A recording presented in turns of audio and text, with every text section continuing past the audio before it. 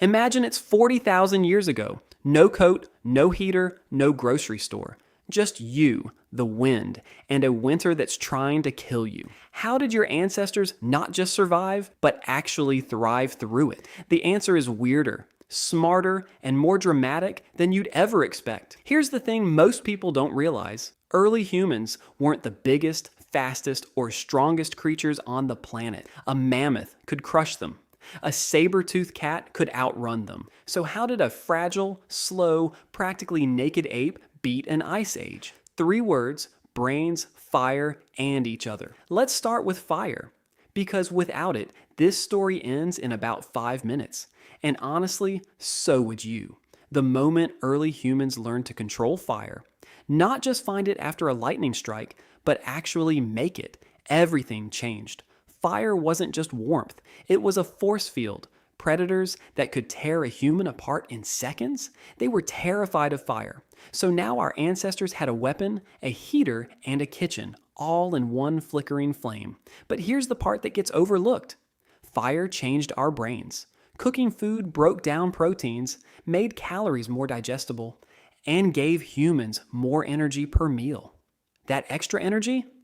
It went straight to growing bigger, more complex brains. Fire didn't just keep humans warm. Fire is literally why you can think. Now, clothing. You'd think this is obvious, but stop and actually picture it. How do you make a coat when you've never seen one, have no tools, and your only raw material is a dead animal? Early humans solved this problem about 170,000 years ago.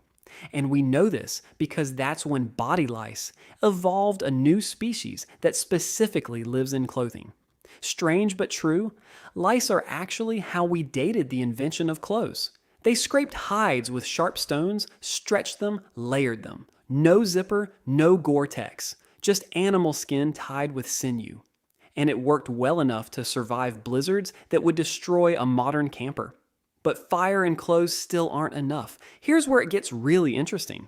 Humans survived winter because they planned, and not just a little.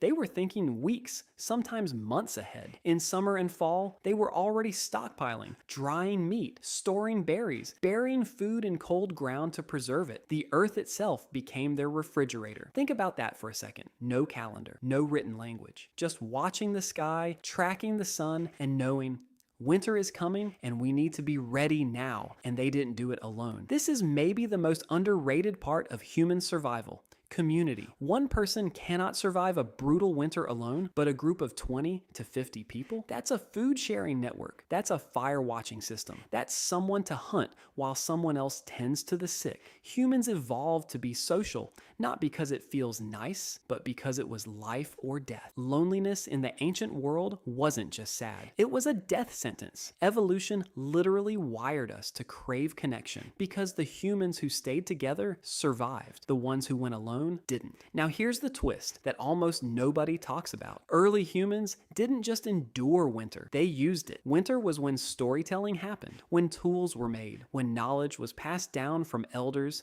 to children, sitting around a fire. The oral traditions, the cave paintings, the early art we've discovered, most of it traces back to long, cold nights with nothing to do but think and create. Winter didn't slow human progress, it accelerated it. One more thing, the cold itself may have been a gift. Cold temperatures suppress certain bacteria and parasites. Groups that moved through colder climates may have had fewer disease outbreaks than those in warmer regions. Winter was hard, but it also kept certain killers away. So let's bring this home. Early humans survived their first winters, not by being physically superior, but by being collectively smarter. Fire gave them warmth and better nutrition. Clothing gave them mobility in the cold. Food storage gave them foresight. Community gave them resilience. And the long nights of winter gave them culture. They weren't just surviving, they were becoming us. The next time winter hits and you're complaining about the cold from inside your heated home, wrapped in a blanket, eating food from your fridge, remember, you are the result of thousands of generations of people who figured it out the hard way.